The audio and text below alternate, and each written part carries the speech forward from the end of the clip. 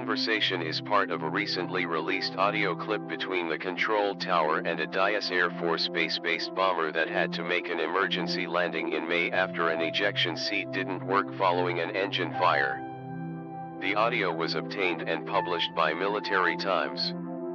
As the B-1, call sign Hawk 91, approaches the airport, air traffic control asks how many people and how much fuel is on board. The response is 4 airmen and enough fuel for roughly 4 hours of flight time. The B-1 is then assigned a runway. Approach, Hawk 91, airfield in sight, cancel IFR instrument flight rules, we are going to be making a long, straight-in approach, one of the crew says. IFR is a set of Federal Aviation Administration rules requiring civil aircraft to use instrument approach procedures for civil airports. Approach procedures are different for military pilots and aircraft. The tower tells the crew to maintain visual flight rules, VFR, instead. Once the B-1 lands, the crew tells the control tower it will be emergency ground egressing. In July, then Air Force Global Strike Command Commander General Robin Rand awarded Distinguished Flying Cross medals to the crew, including Major Christopher Duhan, Air Force Strategic Operations Division Chief of Future Operations at Barksdale Air Force Base, Louisiana, and an instructor pilot with the 28th Bomb Squadron, Captain Matthew Sutton, 28th BS Weapons System Officer Instructor, First Lieutenant Joseph Welch, student pilot with the 28th, and First Lieutenant Thomas Ahern, a weapons system officer assigned to the 37th Bomb Squadron at Ellsworth Air Force Base, South Dakota. Thank you for showing us how to be extraordinary. Thank you for your service. Thank you for your sacrifice. I have never been prouder to wear this uniform than I am today because of you four, Rand said during a July 13th ceremony honoring the airmen. Officials said in a release that it was the first ever successful landing of a B-1B experiencing this type of ejection seat mishap.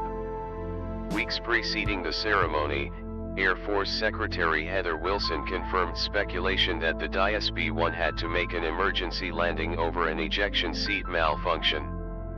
The B-1 crew were out training, she said during a June 18th speech at the Defense Community Summit in Washington, D.C.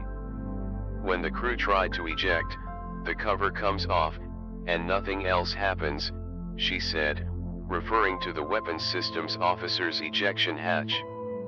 The seat doesn't fire.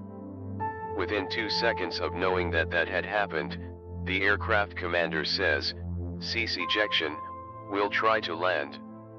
The incident occurred around 1:30 p.m. May 1st. Local media reported at the time the non-nuclear B-1B was not carrying weapons when it requested to land.